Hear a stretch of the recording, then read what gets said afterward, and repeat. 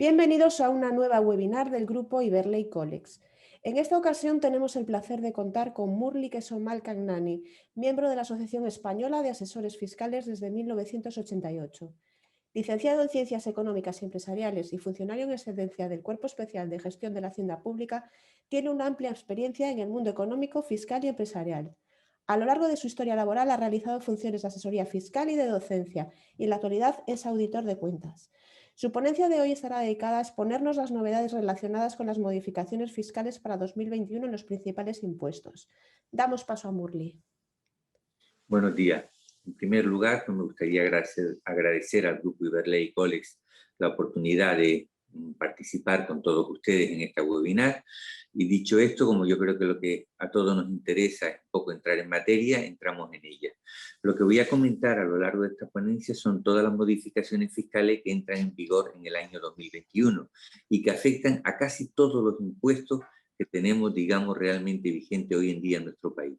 Desde el impuesto sobre la renta de las personas físicas, patrimonio, sociedades, no residentes y IVA en el caso de la gente de la península, exactamente lo mismo, sucesiones y donaciones, transmisiones patrimoniales, ley de mercado de valores, impuestos especiales, la tasa Google, la tasa Tobin, impuestos sobre primas de seguro, actividades económicas, aspectos que van a afectar a la Ley General Tributaria. Esto realmente, como comentaré luego a continuación, no es algo que esté aprobado, pero que sí que debemos de saber ya que puede tener bastante incidencia en la toma de decisiones actualmente. Los cambios que se prevén también en la Ley 7, que es la de los pagos en metálico, Ley de Prevención y Lucha contra el Fraude Fiscal, y algunas cuestiones, digamos, ya más dirigidas al tema de Canarias para el régimen económico fiscal. Dicho esto, voy a comenzar con todas las modificaciones que afectan al impuesto sobre la renta de las personas físicas.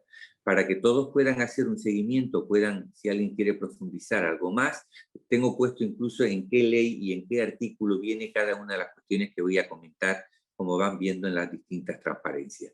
¿Qué cambia en el impuesto sobre la renta? ¿Qué ha cambiado para el año 2021? Recuerden que esto afecta a la declaración de la renta del año 2021 que presentaremos en junio del año, abril, mayo, junio del año 2022, pues se establece un nuevo tramo en la escala general para aquellas rentas superiores a 300.000 euros, fijándose este en el 24,5%.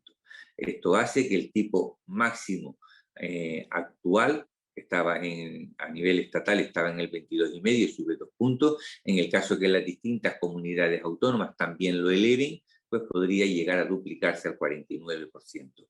En el caso que no, estaríamos hablando desde el 47 o un 46,9 en alguna comunidad autónoma a comunidades que superan el 50%.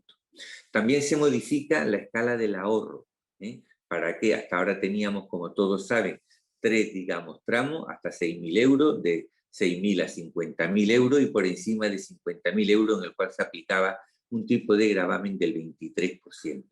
Pues también para el año 2021 se establece un nuevo tipo y el tipo del 23% se va a aplicar única y exclusivamente para la renta entre 50 y 200.000 euros. Todo aquello que supere los 200.000 euros tributará al 26%, un 13% en la cuota estatal y un 13% en la cuota autonómica. Esas son las dos modificaciones que hay en cuanto a la escala, digamos, del ahorro. Hay más cambios en relación ahora al plan de pensiones. Aquí hay algunos que van a salir beneficiados de esta modificación y otros contribuyentes que se van a ver perjudicados, como van a ver a continuación. Hasta ahora, hasta el año 2020 inclusive, las aportaciones a planes de pensiones se podía dotar hasta la mayor cantidad de las dos siguientes: un 30% del rendimiento neto de trabajo y actividad económica, más 8.000 euros para, digamos, aportación, más la cantidad de 8.000 euros. Esta cantidad de 8.000 euros ahora se va a ver disminuida a solamente 2.000 euros. Estos 2.000 euros es verdad que se pueden incrementar adicionalmente en otros 8.000 euros si esto proviene de contribuciones empresariales. Ahora bien, ¿qué se entiende por contribución empresarial? Es lo que tienen en la siguiente pantalla, es decir, aportaciones que haga el empresario, y hago este matiz por lo que ahora comentaré, individual a planes de pensiones en el que sea promotor, partícipe o mutualista, o también a planes de previsión asegurado cuando sea tomador y asegurado. Fíjense en el matiz que es cuando son aportaciones propias de que el empresario individual realice, es decir, no vale para cualquier contribuyente, no vale tampoco para los que realicen actividades económicas, como serían los profesionales, sino única y exclusivamente esta aportación extraordinaria estaría dirigida a los empresarios individuales que seguirían pudiendo dotar los 2.000 más los 8.000, mientras que el resto de los contribuyentes, solo nuestra aportación a planes de pensiones queda reducido a solo 2.000 euros. Más cambio que hay en los planes de pensiones, pues siempre que se realicen aportaciones en favor del cónyuge. Hasta ahora, cónyuge obviamente tuviera unas rentas inferiores a 8.000 euros, se podía dotar hasta un máximo de 2.500 euros. Esto queda limitado a solamente 1.000 euros. Y lo mismo ocurre con las aportaciones hechas para las personas, digamos, en dependencia severa, gran dependencia, etc. Antes se podían aportar hasta 8.000 euros adicionales y todo esto queda reducido a 2.000 euros. Como ven, todos estos cambios que se han aprobado ya entran en vigor a partir del 1 de enero del año 2021 para las aportaciones a planes de pensiones, van a perjudicar al contribuyente, puesto que el importe de la aportación se va a ver disminuido y por lo tanto se va a tener que tributar más. Bien, es verdad que en este caso, y por lanzar algo en favor de la hacienda pública, tengo que decir que en realidad la pensión media que se estaba dotando, aportando en años anteriores, estaba sobre los 2.000 euros, prácticamente casi ni llegaban, unos 1.800, 1.900 euros. Con lo cual, realmente todos aquellos contribuyentes de renta media, media alta, son los que se van a ver perjudicados con este cambio. Seguimos con más modificaciones ya aprobadas, que es, por ejemplo, en el caso del rendimiento de actividad económica en cuanto a la determinación o quienes pueden calcular su rendimiento a través del régimen de estimación objetiva. Se prorroga un año más la cifra de 250.000 euros como tope en la cifra de negocio para poder acogerse a este régimen, o 125.000 en la de compras y gastos. Como saben, desde hace varios años estas cifras quedaron limitadas a 150 y 75.000 euros, pero llevamos ya varios años que a través de la ley de presupuesto, y este año ha sido una vez más, se sigue prorrogando los límites de 250 y 125.000 euros. Más cambio en el régimen de estimación objetiva. No aparecen estos nuevos cambios ya en la Ley de Presupuestos Generales del Estado, pero sí que aparecen en el Real Decreto Ley 35. Y en este caso afecta además también a la renta del año 2020, que tendremos que hacer ahora en los meses de abril, mayo, junio del año 2021. Por un lado, el primer cambio que se produce, que hasta ahora se podía aplicar una reducción del rendimiento neto de un 5% para todos aquellos contribuyentes que tuvieran su rendimiento por el régimen de estimación objetiva, y para este año 2020 este 5% se va a incrementar al 20 o al 35% en función del tipo de actividad. Si queremos saber cuál es aplicable, si el 20 o el 35%, simplemente tendríamos que observar el anexo 2 de la orden que tienen ahí transcrita 1155 del año 2020. Esto es un cambio importante porque va a suponer una menor tributación.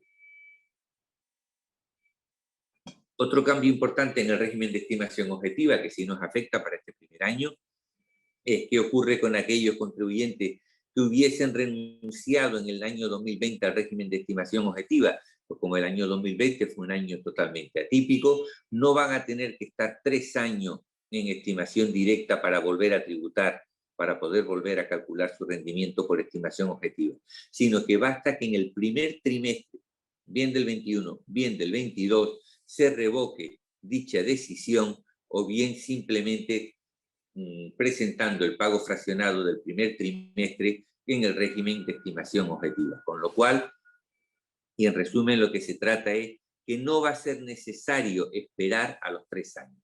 Pero lo mismo va a ocurrir a aquellos que renuncien para su aplicación en el 2021, que quieran decir, no, yo en el 2021 quiero también hacerlo, porque también va a ser un año atípico por el régimen de estimación directa, pues también de cara al año 2022 podrían revocar esa renuncia sin tener que esperar los 3 años que está previsto en la normativa actual. Lo mismo ocurre, por supuesto, para el IVA o para el IGIC en Canarias. Más cambia tener en cuenta en el régimen de estimación objetiva, y todo lo que estoy comentando de estimación objetiva, salvo lo de la cifra de negocio que sí venía en la Ley de Presupuestos Generales de Estado, vienen como van observando en este Real Decreto 35. Y es, ¿cómo se va a calcular de cara a la renta del año 2020 el rendimiento neto? Bueno, en lo que se refiere al primer semestre, no se van a tener en cuenta los 99 días del estado de alarma. Cuidado aquí, porque en un principio se pensaba que esto iban a ser solo los 78 días previstos de interrupción de prescripción, pero todas las consultas dicen que no, que lo que dice el decreto hace mención al periodo del estado de alarma y este duró 99 días. Luego, en lo que se refiere al calcular el número de días que ha estado la actividad desarrollándose en el primer semestre, tendremos que eliminar 99 días. Esto no significa que si algún otro contribuyente en los primeros meses de enero, febrero, etcétera, hubiese tenido por cualquier motivo particular un cierre en el negocio, pues el periodo a no tener en cuenta sea superior a 99 días, pero como mínimo todos podrán descontar estos 99 días. En cuanto al segundo semestre, se haya o no se haya declarado el estado de alarma en un periodo o en un periodo distinto, se tendrán en cuenta única y exclusivamente los días que efectivamente se hubiera estado realizando la actividad. Más modificaciones en el régimen de estimación objetiva es que obviamente en aquellos periodos que hemos dicho que no se está trabajando, no se tendrán en cuenta ninguno de los módulos de personal asalariado ni de personal no asalariado. Por lo tanto, no se computarán como horas trabajadas aquellos días que hemos dicho en la transparencia anterior, 99 días respecto al primer semestre o días efectivamente no trabajados en el segundo. Y tampoco se computarán proporcionalmente el resto de módulos, kilómetros recorridos, kilovatios hora, distancia, consumo de energía eléctrica, etcétera, etcétera. Seguimos.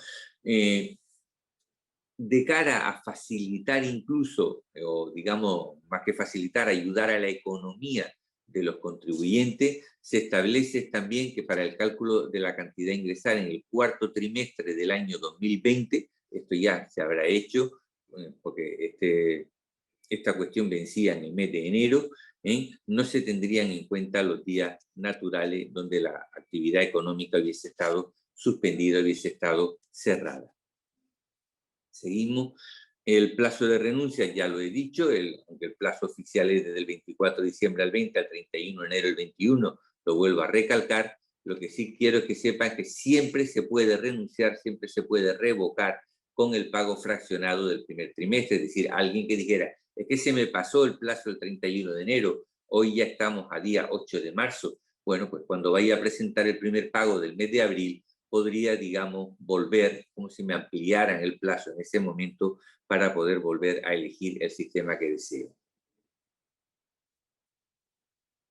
En los rendimientos de capital inmobiliario se establece una ventaja importante de cara a la renta del año 2021, que repito, será la que hagamos en junio del 2022. No nos vale para la renta que vamos a hacer ahora, pero sí para el año 2021. Y esta ventaja consiste en que todos aquellos propietarios que hubiesen disminuido el importe de la renta en el año, digamos, 2020 y también en el año 2021 por el tema del COVID, el importe del alquiler de los meses del primer trimestre, enero, febrero y marzo del 21, obviamente hay que declararlo como ingreso, pero al hacer la renta del 21 también se podrá imputar como gastos. Es decir, nosotros vamos a declarar cuando hagamos el año que viene la renta del 2021 los ingresos como lo hemos hecho siempre, todos los gastos como hemos hecho siempre, pero además podremos meter como gasto el importe del ingreso declarado en enero, febrero y marzo del 21. Obviamente, para poder meter este gasto adicional hay que cumplir un par de requisitos. Uno es que realmente haya habido una rebaja del alquiler, no que se vaya a cobrar digamos, más tarde. Otro de los requisitos que hay que cumplir lo tenemos en la siguiente transparencia, y es que el arrendador informe en su declaración del impuesto sobre cuál es el importe de ese gasto, cuál ha sido el importe del alquiler de esos 3 meses, cuál es el NIF del arrendatario, y que obviamente ese arrendatario destine el inmueble al desarrollo de una actividad económica, con lo cual fíjense que estamos hablando que esto tendría repercusión en alquiler de locales comerciales, y que la actividad económica fuera alguna que estuviera en la división 6 o en esos 4 grupos que pongo del 7 y del 9 en las tarifas del impuesto de actividades económicas. No vale para cualquier otra actividad que se realice. Por ejemplo, no vale en el alquiler de una nave para una actividad industrial que esté en el IAE en el grupo 3, o para una actividad constructora que esté, no recuerdo si es el 4 o el 5 en este momento. Para eso esa rebaja del alquiler de esa nave no tendría derecho a este gasto adicional. Más modificaciones que se han producido y que afectan al impuesto sobre la renta, no en el caso de la ley de presupuesto, pero sí en este mismo Real Decreto. Y esto que voy a comentar afecta no solo al impuesto sobre la renta, sino también al impuesto sobre sociedades y al impuesto sobre la renta de no residentes. En el caso del impuesto sobre sociedades afecta para las empresas de reducida dimensión. ¿Y en qué consiste esta modificación? Pues consiste en que hasta ahora, como ustedes saben, las pérdidas por deterioro, una de las posibilidades para que fuera deducible fiscalmente es que hubiese transcurrido un periodo de 6 meses desde que se realizara la primera gestión de cobro. Bueno, este periodo de 6 meses queda reducido a simplemente 3 meses. Esa es la modificación, de tal forma que se pueda, digamos, dotar esta pérdida fiscal con mucha más antelación que lo que se venía haciendo en años atrás. Esto vale tanto para el 2021 como también, como ven en la transparencia, para la renta del año 2020, que comenzaremos a hacer en cuestión de unos días. El plazo queda 3 meses, y también, que antes no lo comenté, pero también es válido, por eso lo tengo en esta transparencia, para el rendimiento de capital inmobiliario, que como saben también los saldos de dudoso cobro se pueden deducir cuando han transcurrido 6 meses. Bueno, pues para el año 2020 y 2021 este plazo de 6 meses queda reducido a un plazo de solo 3 meses. Se modifica, esto no tiene mucha importancia, digamos, práctica, en el sentido que no se van a dar muchísimos casos, pero como todos saben, hay un artículo que regula una exención para los productos, digamos, que se compran por los trabajadores en los economatos de empresa, se reciben en las cantinas, en los comedores, etc. Bueno, debido a la situación del COVID, esta exención se ha ampliado, aun cuando este servicio, esta compra del economato, no se haga en el propio economato, sino que sea, digamos, enviado a los propios, digamos, domicilios, se realiza a distancia, etc. En estos casos también, estas rebajas que se consiguen en esos productos van a estar exentas de tributar en el impuesto sobre la renta de las personas físicas. Impuesto de patrimonio, en renta ya no hay más cambio. Ven que es donde un poco más me he extendido, y me extenderé un poquito más también en el tema del impuesto sobre sociedades, que es donde más cambios se producen. En el impuesto sobre patrimonio hay 2 cambios importantes. El primero es que se establece un nuevo tramo también en la escala de gravamen para aquellas bases liquidables superiores a los 10.700.000 euros aproximadamente, estableciéndose un tipo de gravamen del 3,5%. Como todos saben, actualmente el tipo de gravamen máximo era el 2,5%. Esto, por dejarlo claro, viene en la ley de presupuesto del 2021 y afecta al impuesto del patrimonio del año 2021, impuesto que haremos en mayo, junio, abril del año 2022. No afecta al impuesto que vamos a hacer ahora. Hay una segunda modificación que también afecta, que va a afectar no solo al impuesto de patrimonio, sino también lo comentaré para el impuesto sobre sucesiones y donaciones, y también cuando veamos las modificaciones catastrales en cuanto a la valoración de los bienes a la hora de tributar por estos impuestos, tanto en patrimonio como sucesiones, etcétera, donde me voy a adelantar ya, pero cuando veamos la transparencia del catastro lo volveré a comentar. El catastro elaborará una valoración en el mes de octubre, antes del año en que se han de aplicar estos valores, con los requisitos, con los condicionantes, con las valoraciones de cada uno de los distintos bienes inmuebles. ¿De acuerdo? Lo que voy a ver tanto va a valer para patrimonio como para sucesiones, para la ley de mercado de valores, ya lo veremos también, etc.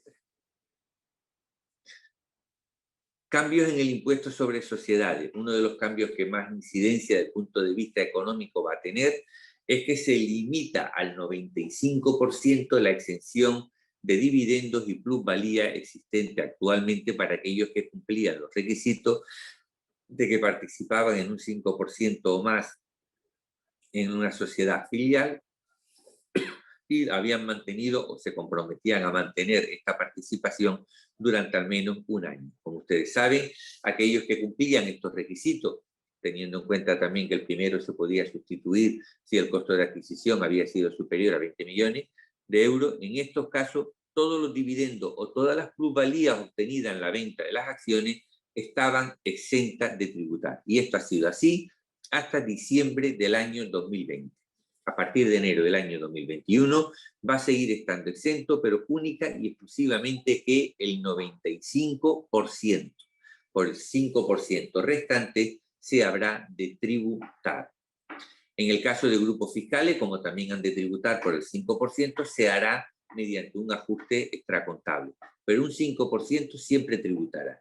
El problema se plantea, porque la tributación sería mucho mayor que ese 5%, cuando hay una matriz de la cual cuelgan una serie de filiales, porque la primera, cuando reparte a su matriz, esta va a tributar por el 95, pero cuando esta reparte, perdón, va a tributar por el 5, pero cuando reparte el 95 restante o el 98 restante a la matriz correspondiente, esta vuelve a tributar sobre el 5, la de arriba vuelve a tributar sobre el 5, la de arriba vuelve a tributar sobre el 5, y si hubiera una cadena de 5, 6, 7 sociedades, al final el grupo estaría tributando por un 25 o un 30% del dividendo o la plusvalía. Recuerden que tributa el 5%, no significa que se pague el 5%. La cuota será el 25%, que la cuota no ha cambiado, sobre ese 5% a tributar, es decir, la tributación real será el 1,25%. Continuamos. No hay régimen, digamos, transitorio para beneficios que vinieran antes, sino que esto me da igual el beneficio que se reparta, sea del propio 2021 o sea anterior, aunque sí se establece un régimen transitorio para aquellos que no cumplieran la condición del 5% y estuviera sustituida porque el coste fuera superior a 20 millones de euros. Estos podrán aplicar esta exención del 95% solo durante 5 años. Luego ya no tendrían absolutamente nada exento. Aquí se produce un cambio importantísimo en la ley. También se establece otro régimen transitorio en el sentido de que se aplicará el 100% de exención, o sea, no se aplicará el tema del 95%, siempre que se cumplan los siguientes requisitos. Es decir, en cuanto a la entidad perceptora, su cifra de negocio no supere los 40 millones de euros, no se trate de una sociedad patrimonial, no forme parte de un grupo, digamos, mercantil antes de que se hubiera constituido la filial que distribuyera la renta, si es con posterioridad no hay ningún problema, y que el capital tampoco, digamos, fuera igual o superior al 5%. Continuamos. También son más requisitos a cumplir para que no se aplique esta limitación al 95%, que la entidad que distribuya el dividendo esté participada íntegramente desde su constitución por la perceptora de los dividendos. ¿De acuerdo? Estas son, digamos, las modificaciones más importantes que hay a este respecto. Continuamos. Deducciones en inversiones, producciones cinematográficas. Aquí, de cara al año 2021, hay un cambio importante en cuanto a que, digamos, la clasificación del que pueda ser, digamos, el certificado que diga que esta película es española, está hecha en esta comunidad, lo van a poder emitir las distintas comunidades autónomas. Y esto además va a vincular a la administración tributaria. Hay más cambios en relación a la deducción por inversiones, de los cuales uno es que se incrementa el límite de la cuota, pero voy a nombrar quizás el más importante, el resto no tienen esa gran importancia práctica, y es la que tienen en el tercer apartado, que dice que se puede acceder, se puede tener derecho a esta deducción a quien la financie sin adquirir derechos sobre la misma.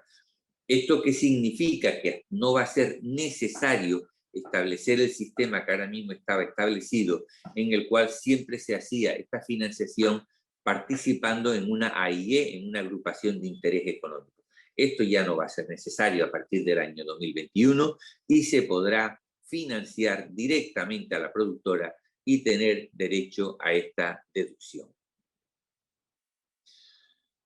Más modificaciones que se producen es la asignación a actividad de interés social. Simplemente esto es a título anecdótico para que vean cómo se va a repartir. Seguimos. Voy a comentar algunas cosas que, si bien es verdad que esto no está aprobado para el año 2021, pero sí las he traído en esta ponencia para comentarlas con todos, porque aparecen en el proyecto de ley de medida de prevención y lucha contra el fraude fiscal. Y esto presumiblemente se va a aprobar a lo largo del año. Entonces, muchas veces tenemos que tener conocimiento de esta medida con anterioridad para poder asesorar debidamente a nuestros clientes, anticipándonos a lo que nos va a venir. Una de las modificaciones que se establece, simplemente la voy a comentar, no voy a profundizar de ella, es que se va a aprobar para el impuesto sobre sociedades también el exit tax, es decir, el impuesto de salida. Impuesto de salida que, como saben, ya existe para el IRPF, pero no estaba previsto todavía para el impuesto sobre sociedades. Bueno, en este caso esto se va a instaurar, por lo tanto, todos aquellos que tengan sociedades que vayan a trasladar su domicilio fuera del país, que tengan en cuenta esta circunstancia, que le echen un vistazo al proyecto de ley, porque podrán a lo mejor cambiar o tener que cambiar la toma de decisiones al respecto. Voy a pasar todo lo que es citar, digo, porque es un tema muy puntual, solo para aquel que tenga algo. En el caso del impuesto sobre no residente, pues también, puesto que se modificó la base general del ahorro en el IRPF, para que aquellos que tuvieran más de 200.000 euros, el tipo de gravamen pasara del 23 al 26%, esa misma modificación se aprueba también en la ley de presupuesto para el impuesto sobre la renta de no residente.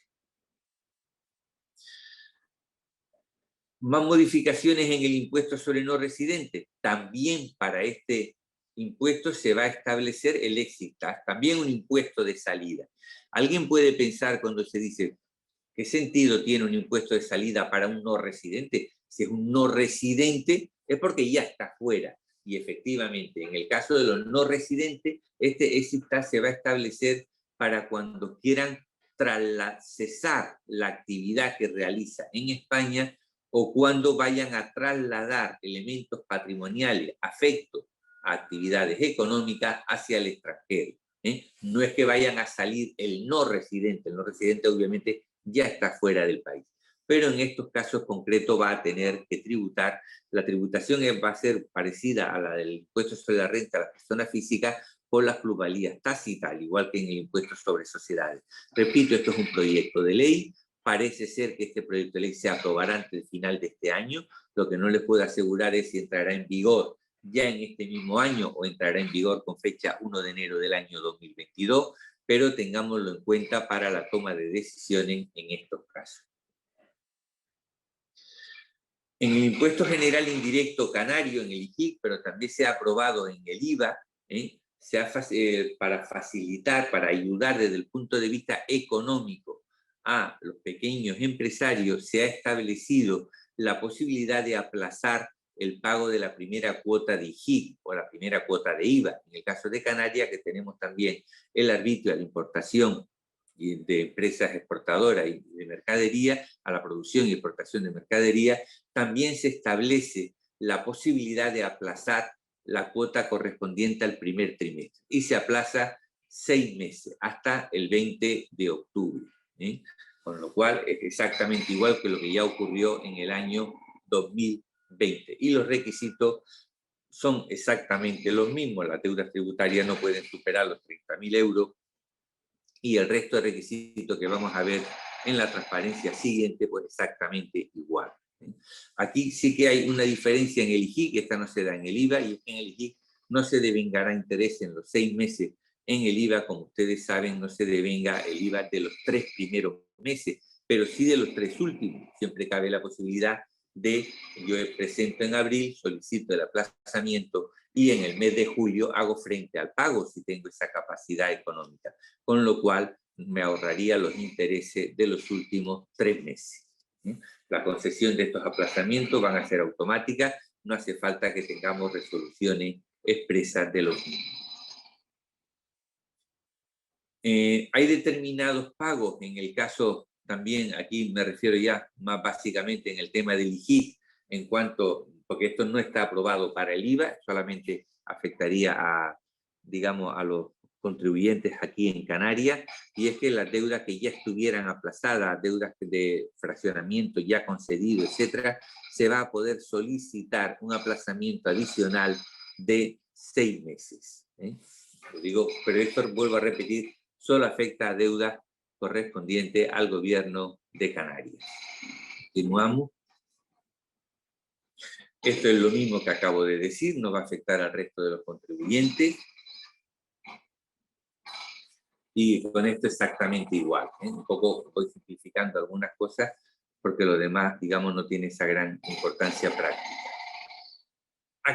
Esto sí que hay que tener en cuenta que no solamente se va a poder aplazar aquellas deudas que tengamos vivas con la Administración Autónoma Canaria, también las que tengo solicitado aplazamiento, como acabo de decir, sino incluso aun cuando se encuentren en periodo ejecutivo, también se va a poder solicitar este aplazamiento adicional de 6 meses.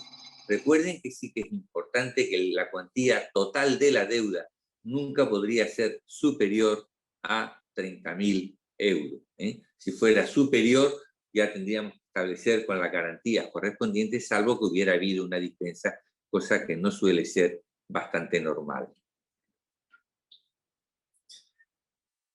Estos son los requisitos a cumplir para aquellos aplazamientos excepcionales que querramos solicitar en el caso de deuda ejecutiva. Repito, esto solamente afectaría a Canarias. Obviamente los requisitos que nos ponen es porque obviamente nos hayan notificado de que ya van a salir a subasta los bienes embargados. En esos casos ya no cabría esta nueva solicitud de aplazamiento. Y que la solicitud de aplazamiento debe hacerse en un plazo de 15 días desde que entró en vigor este decreto. Esto fue a finales de enero. Luego, en el caso de los canarios que se hubiesen acogido a esta ventaja fiscal, tendrían que haberlo hecho, digamos, aproximadamente sobre el 20 de febrero como fecha tope. Esto es exactamente lo mismo, no voy a seguir insistiendo en ello, lo tengo un poco más desarrollado en la transparencia para alguien que tenga algún caso muy, muy concreto, pues pueda ir ahí, pero no es cuestión para ir comentando hasta ese nivel de detalle.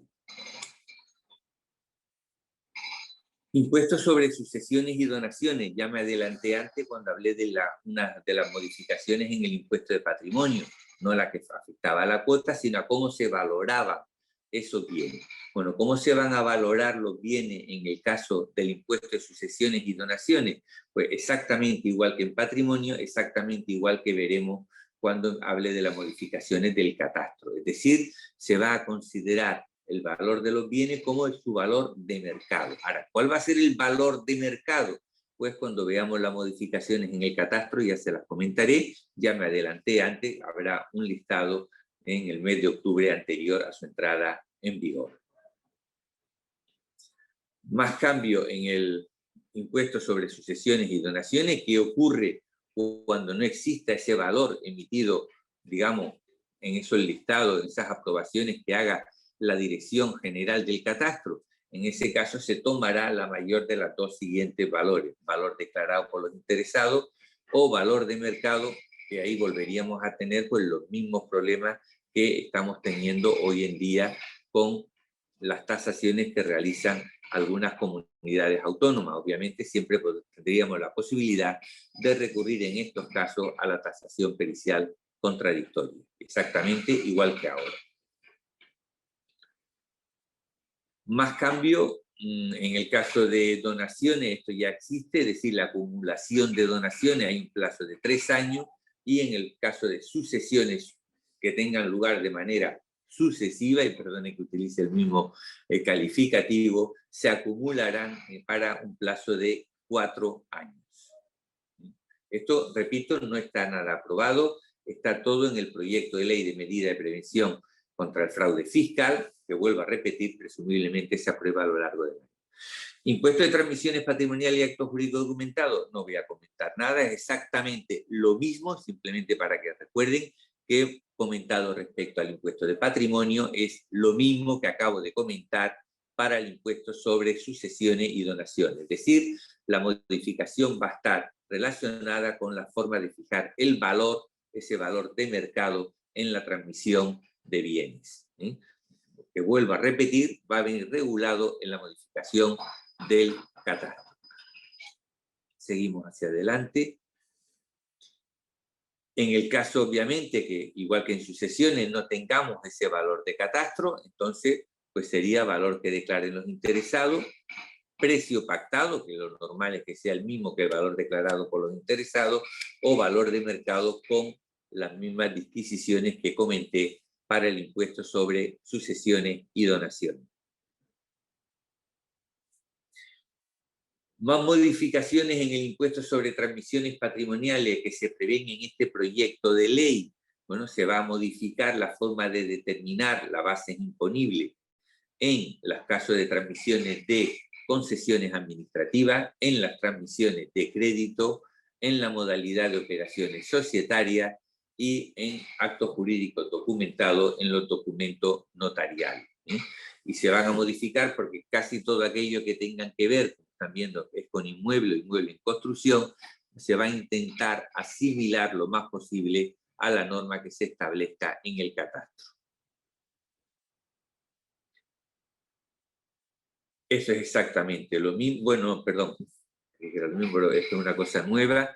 ¿Qué ocurre cuando se transmite, por decirlo de una forma, los particulares, con lo cual son segunda transmisiones de oro o de joyería? Ha habido una polémica bastante importante al respecto sobre si esto ha de tributar por el impuesto de transmisiones patrimoniales o debiera de tributar por el IJIC o por el IVA. Ha salido recientemente, ya hace unos cuantos meses, una sentencia del Tribunal Supremo donde dice que este tipo de operaciones debería de tributar por el impuesto de transmisiones patrimoniales. Entonces, lo que va a recoger este proyecto de ley es ya, digamos, esa sentencia y, digamos, convertirla en norma jurídica, es decir, se va a establecer en el texto de la ley del impuesto de transmisiones patrimoniales que este tipo de operaciones han de tributar siempre por este impuesto y nunca por el impuesto del IVA, nunca por el impuesto del IJIC. Si bien ya hay una sentencia del Supremo, de esta forma quedaría mucho más claro y daría una mayor seguridad jurídica a este tipo de operaciones. Este proyecto, repito, no está aprobado, pero en este caso esta tributación sí que se debe de ir haciendo ya por este impuesto, puesto que si bien no figura de una manera expresa en la norma, sí que hay una sentencia del Tribunal Supremo que lo ampara. En la ley de mercado de valores, como ustedes saben, ¿en qué nos afecta desde el punto de vista tributario la ley de mercado de valores? Pues para determinar si determinadas operaciones de transmisiones de valores han de tributar por el impuesto de transmisiones patrimoniales o no han de tributar por él, sino que han de tributar por el IVA o IJIC, en cuyo caso estarían exentos. Como ustedes saben, si más del 50% de los inmuebles no están afectos a actividad económica, o mejor dicho, más del 50% del activo está formado por bienes inmuebles, no afecta a actividad económica, ha de tributar por el impuesto de transmisiones patrimoniales. Bueno, lo que nos viene a decir en este caso los cambios siguientes son por un lado, esto se mantiene, pero que además a la hora de valorar se han de sustituir los valores netos contables, ya no de todos los bienes inmuebles, sino de todos los bienes que estén en la contabilidad de la empresa por los valores de mercado. Es verdad que básicamente adquieren una gran importancia los valores inmuebles, que tendremos que sustituirlo por sus valores reales. ¿Cuáles serán sus valores reales? Los que veremos cómo va a fijar el catastro estos valores, pero no solamente ellos. Si yo tengo participaciones, inversiones financieras temporales, fondos de inversión, etcétera, contabilizado en mi balanza valor de adquisición, tendré que sustituir también estos valores por sus valores de mercado antes de poder calcular ese 50% de bienes afecto o bienes no afecto. En los impuestos especiales también se establece alguna modificación, también en este proyecto de ley, que repito, todavía no ha entrado en vigor, en cuanto a la definición de depósito fiscal. Se regula de una forma expresa, con mucha mayor claridad, lo que sería el concepto de depósito fiscal, y también se modifican algunos otros artículos en cuanto a la responsabilidad, que lo tenemos en la transparencia siguiente, no me acuerdo si en esta y no recuerdo si en la siguiente. También se va a modificar también la responsabilidad, digamos, de las infracciones que puedan haber en temas aduaneros, en cuanto a hacer responsable subsidiario, perdón, hacer responsable solidario a los propios agentes de aduana, digamos, que tramitan normalmente este tipo de operaciones. Más cambios que se van a producir para el año 2021 es la tasa Google. Esto ya está aprobado, se aprobó realmente el 15 de octubre del año 2020, salió publicado en el boletín el día 16 de octubre, pero se estableció una vacatio legis de 3 meses y por lo tanto la entrada en vigor de este impuesto ha sido el 16 de enero del año 2021. Esto va a consistir en una tasa para aquellas empresas que se dediquen a la prestación de servicios digitales, pero que además han de cumplir algunos requisitos.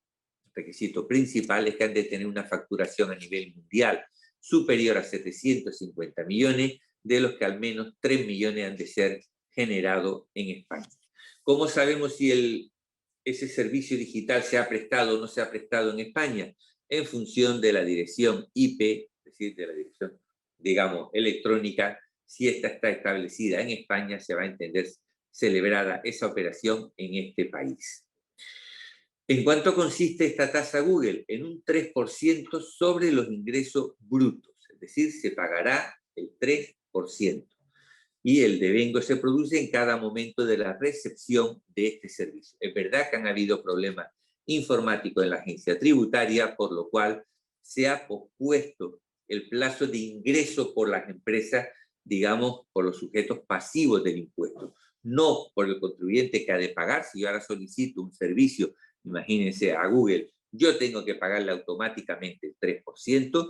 Como ustedes saben, Amazon ya ha recargado todos sus productos, todos sus servicios con este porcentaje, por nombrar algunas empresas conocidas, pero nosotros pagamos sobre la marcha, pero ellos no han de ingresar, sino más adelante, debido a los problemas que tienen, digamos, ya internos, administrativos, la propia agencia tributaria. Como dije, entró en vigor el 16 de enero. El impuesto sobre primas de seguro, esta modificación sí que está aprobada, se aprobó en la Ley de Presupuestos Generales del Estado, entró en vigor el 1 de enero de este año para todas aquellas primas de seguro que realicemos, todos los seguros que realicemos a lo largo de este año, sean nuevos o sean renovaciones de años anteriores. El impuesto sobre primas de seguro estaba establecido en un 6% y queda establecido a partir del 1 de enero de este año en el 8%.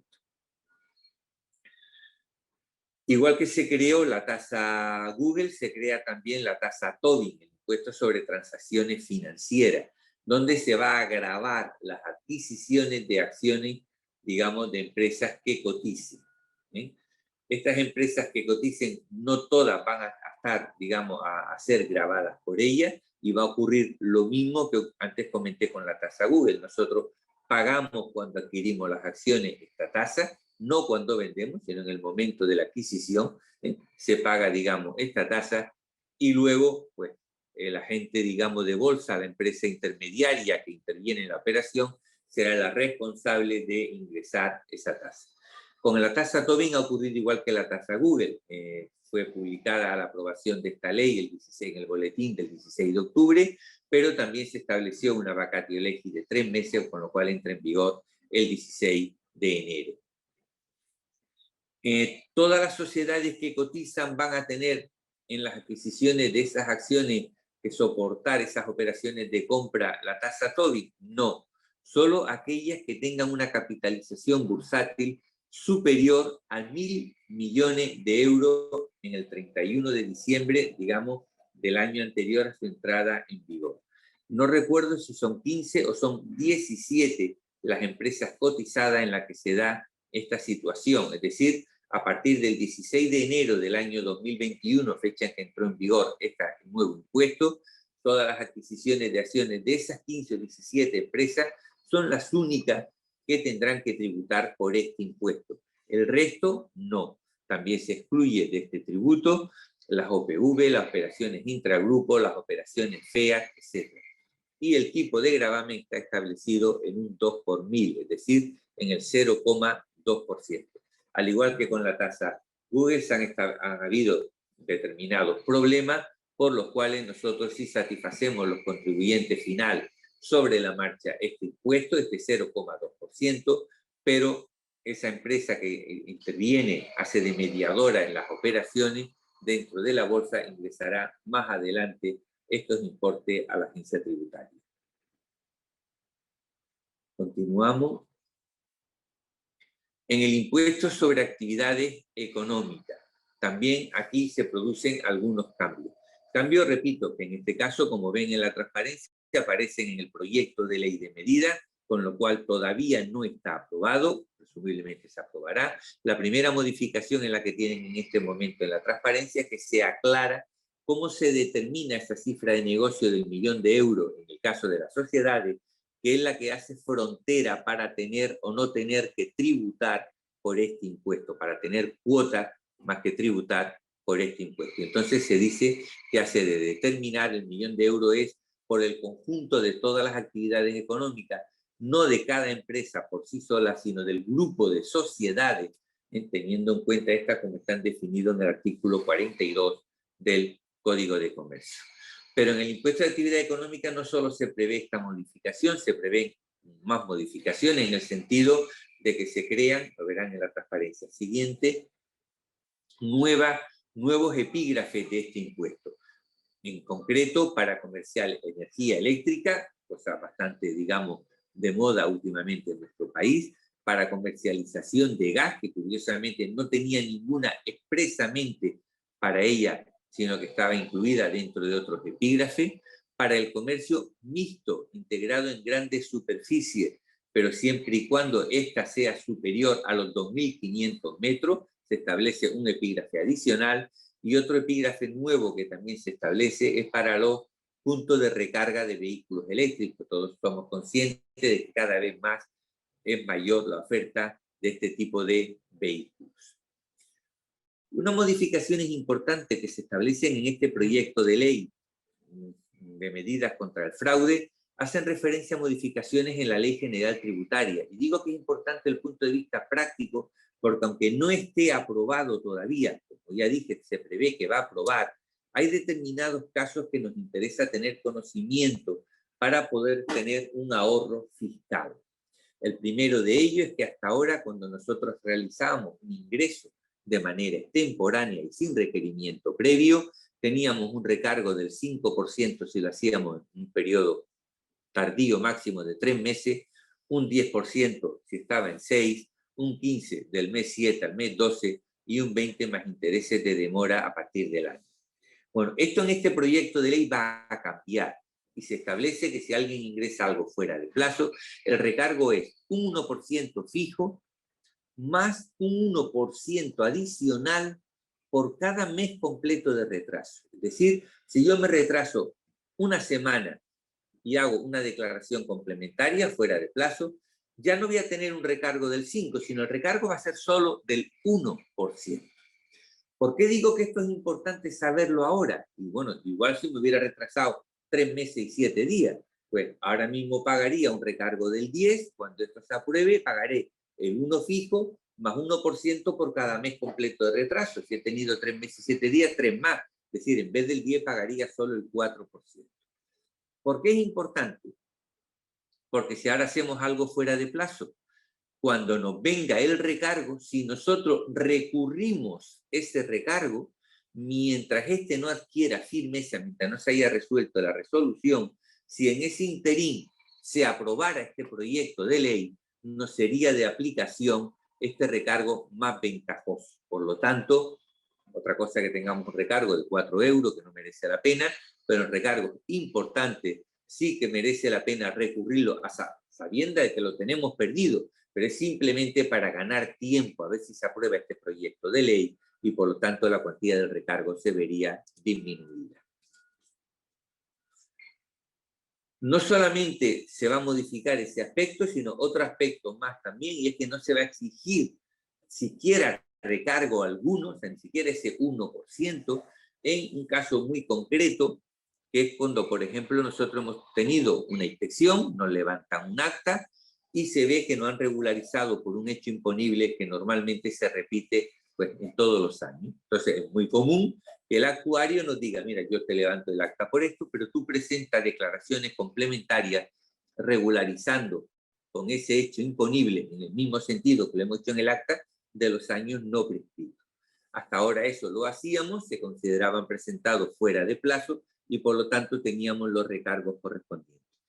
En este caso, si esa regularización, ese acta, no fue objeto de sanción ninguna y presentamos las complementarias en un plazo de 6 meses desde la firma del acta, resulta que no nos podrán hacer ningún recargo. ¿Qué ocurre si nos han hecho algún recargo? O nos hacen algún recargo, porque este proyecto de ley todavía no está aprobado, por lo tanto lo lógico es que lo hagan, pues que deberíamos de recurrirlo y ganar tiempo para intentar que se apruebe el proyecto de ley y por lo tanto ese recargo sea anulado.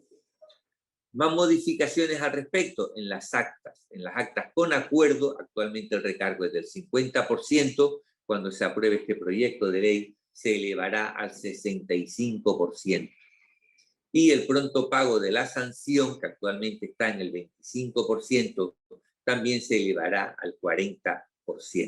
Entonces son cuestiones a tener en cuenta de cara a nuestro funcionamiento diario, aunque todavía no esté aprobado este proyecto de ley.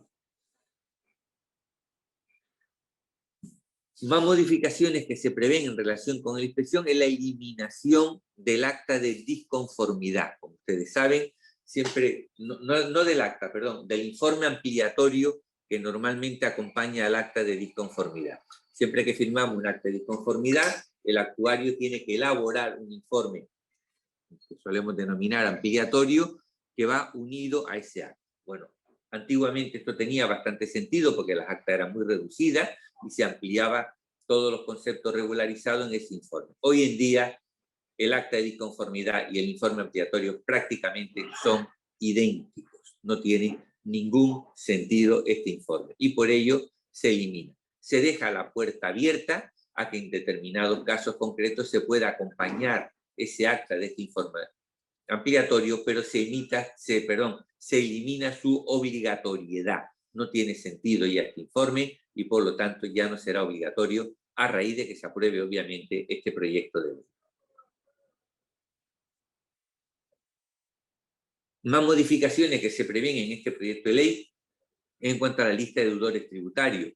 3 modificaciones importantes. Primero, ya no va a estar fijada la cifra en 1 millón para aparecer en ese listado, sino que se reduce a 600.000. Parece ser que ha tenido bastante éxito este listado y por lo tanto quieren ampliar el número de contribuyentes que aparezcan en la lista. Segunda modificación, aparecerán también los nombres no solo del deudor, sino de los responsables solidarios. Y tercer caso es que en el caso de que la deuda sea disminuida de los 600.000, 1 millón actualmente y luego 600, pero no se haya producido el cobro íntegro de las deudas, se seguirá apareciendo en el listado. Es decir, hoy en día pues, un contribuyente tiene una deuda de 1.020.000 euros, sabe que va a aparecer en el listado, paga 30, se queda con una deuda de 990 y ya no aparece. Bueno, a partir de que se apruebe esta modificación, si alguien tiene una deuda de 620 y paga 30 y se queda con 590, también aparecerá. O paga los 620 o seguirá apareciendo al menos en ese año. Se va a prohibir en el proyecto de ley las amnistías fiscales, y yo siempre digo que esto es un brindis al sol, porque bueno, en este proyecto se aprueba que ya no pueden haber más amnistías fiscales. El día de mañana otro gobierno puede aprobar otra ley diciendo que pueden haber amnistías fiscales, pero bueno, en principio van a quedar prohibidas una vez se apruebe este proyecto de ley. También se va a modificar el régimen sancionador, sobre todo en cuanto a las aplicaciones informáticas de doble uso, donde se va a sancionar tanto a aquellos que elaboran, aquellos productores de estos programas informáticos, como a aquellos que también los utilicen. Si vemos en la transparencia siguiente, veremos que la sanción va a ser en el año en que se hayan producido ventas, donde la administración haya podido comprobar el doble uso, una multa de 150.000 euros, más luego 50.000 euros por cada ejercicio donde se pueda ver que se está usando este tipo, digamos, de programa. Con lo cual, repito, no está aprobado, pero también es bueno saberlo con tiempo. A lo mejor hay contribuyentes que tienen en sus programas informáticos esta posibilidad de doble uso, aunque no la estén utilizando, pues sería bueno recomendarles que eliminaran esa parte de los programas para evitar posibles sanciones o discusiones futuras. Esto ya lo comenté antes cuando hablé lo del IJIC, le dije que también valía para el IVA, aunque en el IVA la única diferencia era que no se devengarían intereses solo en los 3 primeros meses, en el IJIC era 6, esto ya está aprobado también, ya lo he comentado y por lo tanto vamos a seguir avanzando al respecto. Otros cambios que se prevén en este proyecto de ley es una modificación de la Ley 7 del año 2012, que como todos saben no se trata de ninguna ley tributaria, aunque bien es verdad que es la agencia tributaria la que tiene encomendada la verificación de que esto se cumpla. Y es la referente a los pagos en efectivo. Los pagos en efectivo, sus cuantías se van a ver limitadas todavía más de lo que tenemos hoy en día. Hoy en día, cuando interviene un empresario profesional, el límite está en 2.500 euros, pues va a quedar reducido a 1.000 euros. En el caso de no residente, que está establecido en un máximo de 15.000, se va a limitar a 10.000 euros. Y en aquellas operaciones entre particulares, entre dos personas físicas particulares que no realizaran actividad económica, que no existía límite alguno, va a quedar reducido a 2.500 euros. Esto, repito, no está aprobado, se aprobará a lo largo del año y, como saben, el no cumplir con este requisito lleva consigo una sanción del 25% del importe que se haya satisfecho en efectivo. Más modificaciones que se prevén en este proyecto de ley es en cuanto a una cuestión más que nada semántica, no es que sea no tenga ninguna importancia desde el punto de vista práctico, y es que se sustituye el concepto o la nomenclatura de paraíso fiscal por el de jurisdicción no cooperativa. Antes se entendía paraíso fiscal, donde apenas se pagaban impuestos, ahora se amplía el concepto, ya venía ampliado de antes, por eso digo simplemente la nomenclatura, a jurisdicción no cooperativa, es decir, aquella donde bien no se esté tributando, el impuesto sea escaso lo que se pague, sino también se incluye en el mismo paquete aquellos países que no cooperan, que no hay intercambio de información. Para efecto de ver los requisitos a cumplir, son los que tiene ahí, que son los que ya comenté, en cuanto a que no haya tributación, no hay intercambio de información, son quizás los más importantes a resaltar. Más modificaciones que estas ya han ocurrido y esta afecta solamente a aquellas empresas que tengan actividad en Canarias, bien porque sean sociedades o personas físicas que realicen su actividad o estén domiciliadas en Canarias, pero también afecta a empresas que tengan su domicilio en territorio, digamos, peninsular o en las Islas Baleares pero que realicen actividad económica en Canarias. Y estas dos modificaciones que se han producido, la primera la tienen en pantalla, hacen referencia, la primera en concreto, tanto a la Reserva para Inversiones en Canarias como a la SEC. Estas son dos incentivos fiscales que cada 7 años normalmente se negocian con Bruselas. Como el plazo de la última negociación venció el 31 de diciembre del 2020, pues se amplía que la SEC se puedan inscribir nuevas empresas, al menos durante el año 2021, ya que si no quedaría paralizada en esa fecha, no podríamos tener más empresas dentro del registro SEC en este año, y en el caso de la Reserva para Inversiones en Canarias, se amplía el plazo para poder materializar de forma anticipada un año. Se ha producido un segundo cambio, que es el que tiene la siguiente transparencia que estamos viendo ahora, y es que aquellos empresarios contribuyentes que se hayan acogido a la Reserva para Inversiones en Canarias, como todos saben, tiene un plazo de materialización, es decir, de inversión de esta reserva de 4 años. Entonces ocurre que todos aquellos que se acogieron en el año 2016 tenían que haber hecho esas inversiones hasta el año 2020, antes del año 2020, diciembre del 2020. ¿Qué ocurre? En el año 2020, con el tema del COVID, con el tema de esta pandemia, muchas inversiones no se han podido realizar, han tenido que ser suspendidas, y otras, si bien se han hecho, no se han podido poner en funcionamiento, que es otro de los requisitos que exige la ley. Y por lo tanto, para todo aquello que vencía en diciembre del 20 relacionado con la Reserva para Inversiones en Canarias, se amplía el plazo un año más, es decir, se puede realizar esa inversión o se puede poner en funcionamiento a lo largo del año 2021 sin que ello implique un incumplimiento de la norma. En cuanto a otras modificaciones que se prevén también, y ya con esto termino, en el proyecto de ley de medida de prevención y lucha contra el fraude fiscal, que repito no está aprobado, es en relación a todas las monedas virtuales, no solo a los bitcoins, que esta quizá la de más nombre, digamos, la que más circula, pero a todas las monedas virtuales, donde se va a obligar a que se informe a la agencia tributaria por las empresas, digamos, por las plataformas que manejan estas monedas, tendrán que informar a la agencia tributaria sobre los saldos que mantengan los contribuyentes, personas físicas residentes en España, los saldos que tengan en monedas virtuales, o incluso de aquellos que tengan establecimiento permanente en territorio español. Nos tendrán que informar sobre los saldos que tengan en cada moneda, identificando a los titulares e incluso con los valores, lo vemos en la transparencia siguiente, de cara a poder ver el modelo de patrimonio. Tendrán que declararlo también en el modelo 720 y tendrán que dar toda la información al respecto.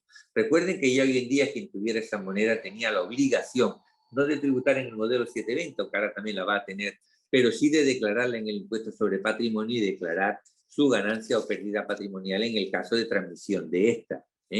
Pero ahora, digamos, la administración va a tener, si bien hasta ahora tenía algo de información, ahora va a tener muchísima más información al respecto.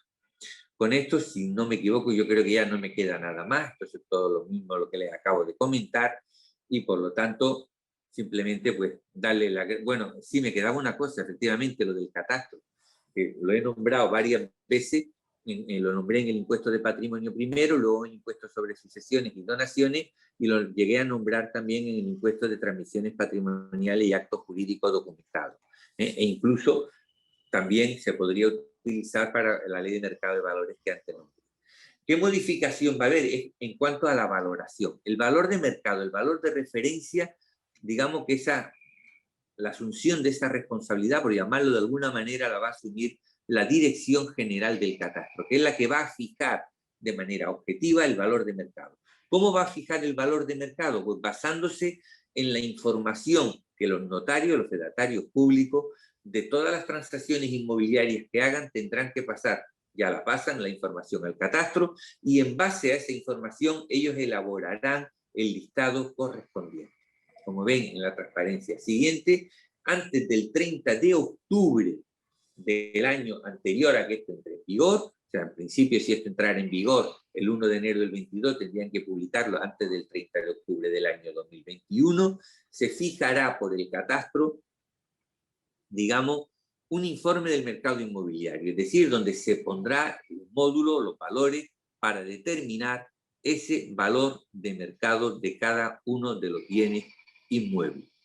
Pueden haber factores, digamos, que modifiquen al alza, a la baja para determinados casos concretos, se fijarán mediante órdenes ministeriales, pero antes del 30 de octubre nosotros ya sabremos las condiciones que tendremos que aplicar, con las que tendremos que funcionar a lo largo del año siguiente. Y esos valores son los que tendremos que utilizar, vuelvo a repetir, puesto que se aprueba antes del 30 de octubre, los del año anterior, para el impuesto de patrimonio, sucesiones y donaciones, transmisiones patrimoniales y actos jurídicos documentados. Ahora sí, yo creo que ya no me queda nada mal en lo que es los valores del IPREN, que eso tampoco tiene mayor importancia, y las actividades prioritarias de mecenazgo, que como saben todos los años aparecen en la Ley de Presupuestos Generales del Estado, aquellas actividades en las cuales podemos, digamos, donar dinero para tener derecho a la deducción por donativo, digamos, con un porcentaje diferencial, en este caso de 5 puntos, respecto al resto de los donativos que podamos entregar a otras asociaciones. En cuanto a las tasas, recordar que se elevan por Ley de Presupuestos Generales del Estado este año un 1%, se mantiene sin embargo las correspondientes a las tasas sobre el juego, a las tasas exigibles sobre el tema de tráfico se ajustarán y se mantienen el resto de los parámetros para calcular el importe de las mismas. O sea, aquí no ha habido modificación ninguna. En el caso de Canarias sí me gustaría hacer constar un tema, y es que en el caso de las tasas de juego, en principio, como ven, se mantenían todas. En el caso de Canarias se ha incluso aprobado una norma autorizando a que el gobierno de Canarias pueda, digamos, disminuir, o sea, la propia consejería disminuir el importe de estas tasas debido a la situación en la que se está, digamos, viviendo por el COVID. Y también en el caso de Canarias se aprueba que las tasas de juego también puedan ser aplazadas. Este último que he dicho es solamente del aplazamiento de tasa de juego, está aprobada a nivel de Canarias. Con esto sí que ya termino. Muchas gracias y espero pues tenerlos pronto otra vez aquí delante. Gracias a todos. Agradecemos tu participación, Murli. Deseamos a todos que esta webinar les haya sido de utilidad. Muchas gracias a todos por su asistencia.